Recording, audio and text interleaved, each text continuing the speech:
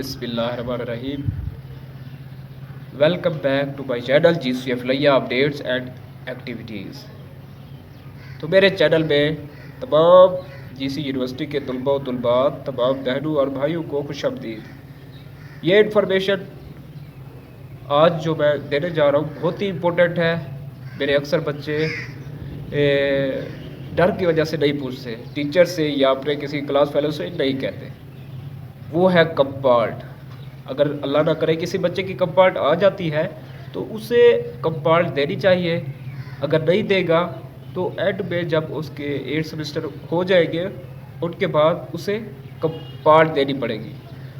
और जब 8 सेमेस्टर गुजर जाते हैं उनके बाद फिर एक्स्ट्रा सेमेस्टर लगाना पड़ेगा और सेमेस्टर की पूरी फ़ी देनी पड़ेगी, पे करनी पड़ेगी।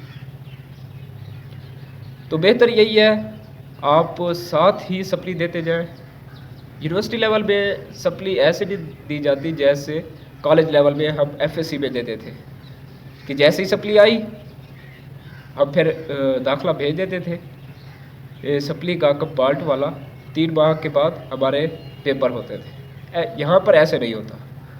जैसे ही हमारे जूनियर आएंगे, हम जब हमारे जूनियर्स के पेपर होंगे, फॉर एग्ज़ाम्पल हम हैं फर्स्ट सेमेस्टर में नेक्स्ट ईयर और हमारी फर्स्ट सेमेस्टर में सप्ली आ जाती है। नेक्स्ट सेमेस्टर में फर्स्ट सेमेस्टर वाले जब बच्चे आएंगे उनके जब पेपर होंगे हमें उनके साथ पेपर देना होगा। बड़ी यूनिवर्सिटी में तो गालबन ऐसे होता है कि समर लगाते हैं, उधर समर में सप्ली वाले या डी ग्रेड वाले बच्चे इम्प्रूव कर देते हैं। लेकिन सबके पास जितने भी है उधर ऐसे होता है कि 1 साल आपको वेट करना पड़ेगा, आपको जूनियर के साथ पेपर देने पड़ेंगे। सप्ली वाला पेपर आपको जूनियर के साथ देना पड़ेगा। तो उसका प्रोसेस ये है, मैं आपको तफसीलन बता रहा हूँ ताकि मेरे भाई को कोई भी या मेरी किसी बहन को कोई भी दिक्कत ना हो। ठीक है, तो प्रोसेस उसका ये है, आप चालान जाकर निकलवाएंगे। ठीक है, HBL बैंक खड़ा है GCF लैया कैंपस पे, अगर उसके पास अवेल होगा तो वो आपको निकाल देगा, पहली बात है।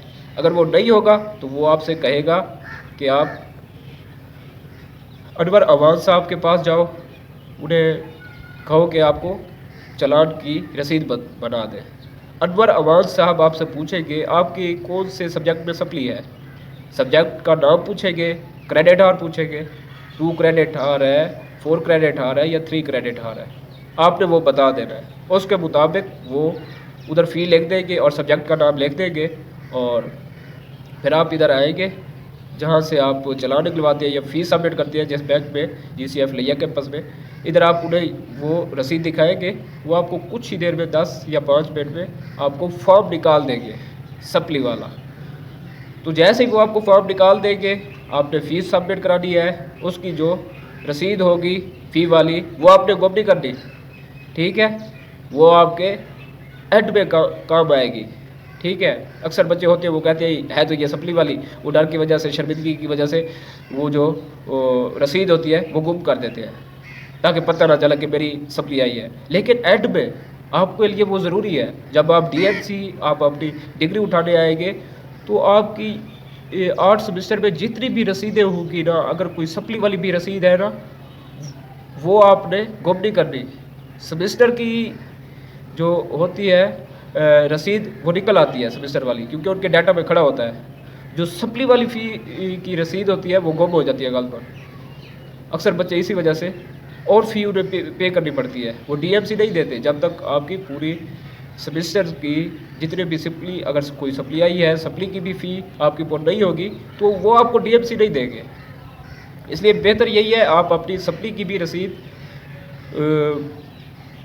ख्याल से रखें, गुम ना करें, क्योंकि अगर आपसे गुम हो गई तो वो आपसे और फ़ी लेंगे, कहेंगे हमारे पास तो रिकॉर्ड में नहीं है आपने सप्ली दी थी या नहीं दी थी।